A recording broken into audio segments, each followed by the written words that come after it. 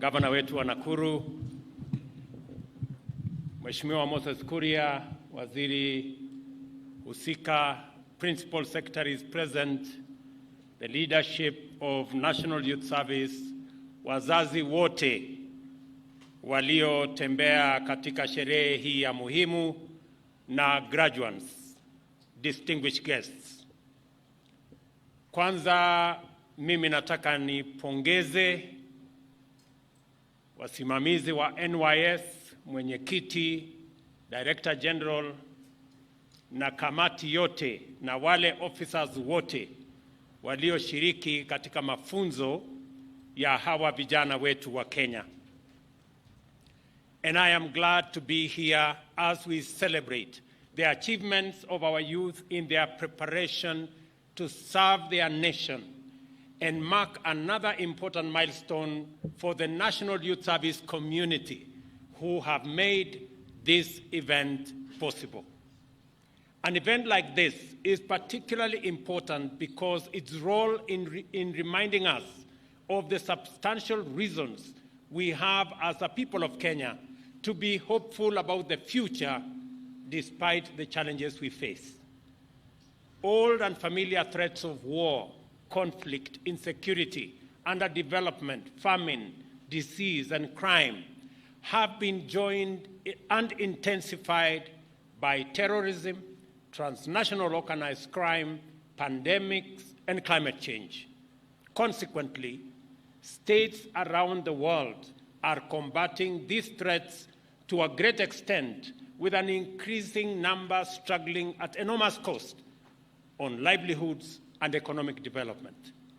Under these conditions, high rates of population growth have not only increased the number of citizens overall, many national populations of developing countries grow younger by the decade.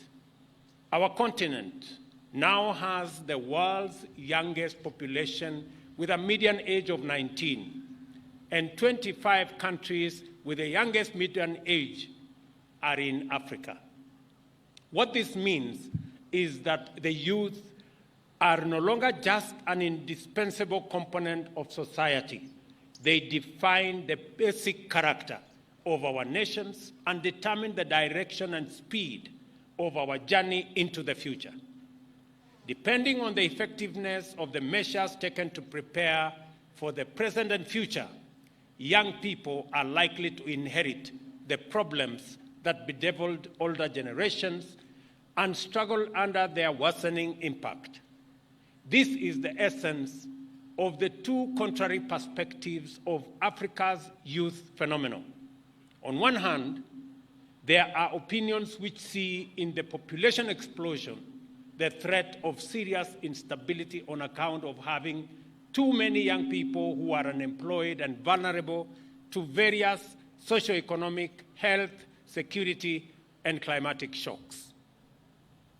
To this school of thought, the young people represent a ticking time bomb, which will explode sooner or later into a myriad of acute socioeconomic and political problems.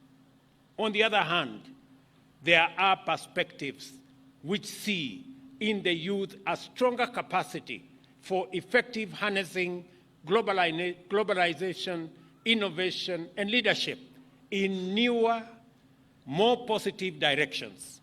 Contrary to the youth bomb perspective, this standpoint perceives the runaway budding of our population as a singular opportunity to harness a demographic dividend by utilizing the youth as an agent of harmony and stability, frontline actors in combating various threats, drivers of greater productivity and intensified competitiveness. Both perspectives are right. If we carry on with business as usual and neglect the imperative of taking extraordinary measures to transform our economies in order to give millions of young people a better chance to build stronger nations, we will definitely have a serious crisis in our hands.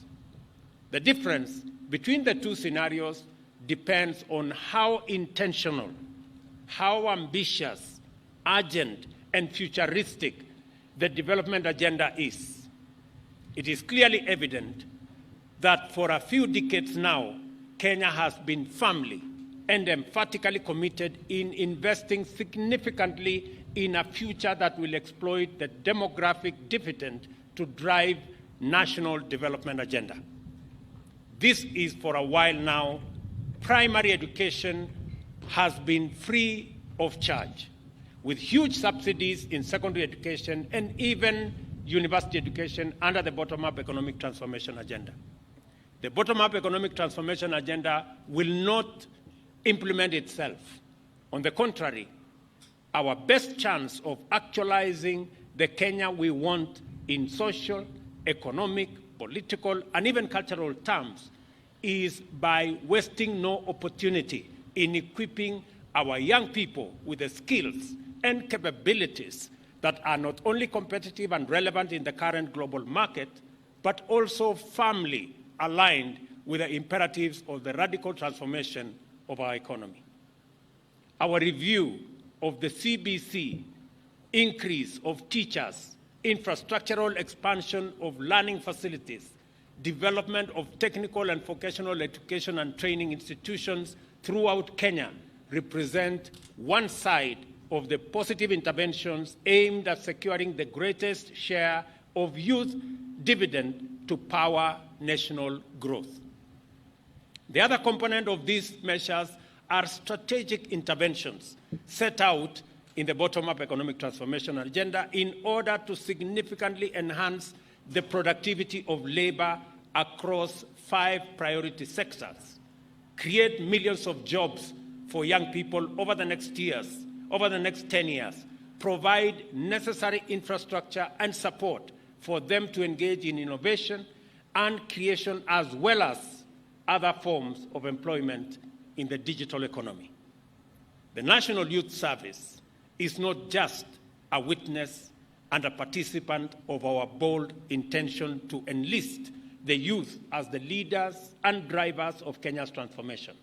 It is an example of a dedicated program for empowering our youth for a lifetime of service across all sectors.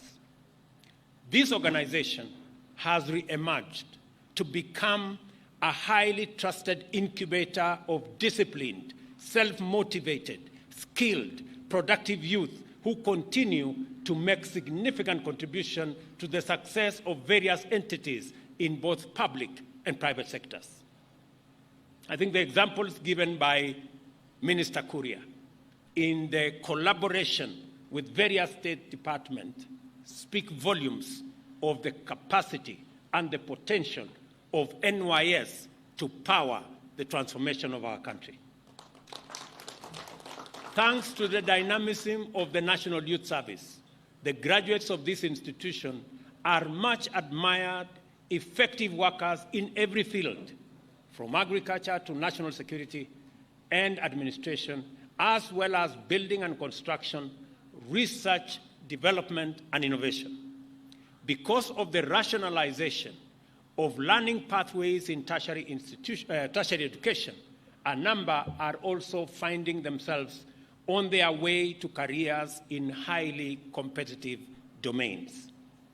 Recognizing the place of youth in national transformation in general, and that of NYS in powering the plan in particular, we have embarked on a strategic re-engineering of the National Youth Service to enhance the capacity of the institution to take up greater numbers of trainees, position it on the path of financial sustainability through revenue generation, thereby creating the conditions to support the expansion of enrollment to 100,000 young people annually in the next 5 years. Let me repeat that this year, we are graduating 10,000 young people from this field. Next year, in the first cohort, it will be 15,000.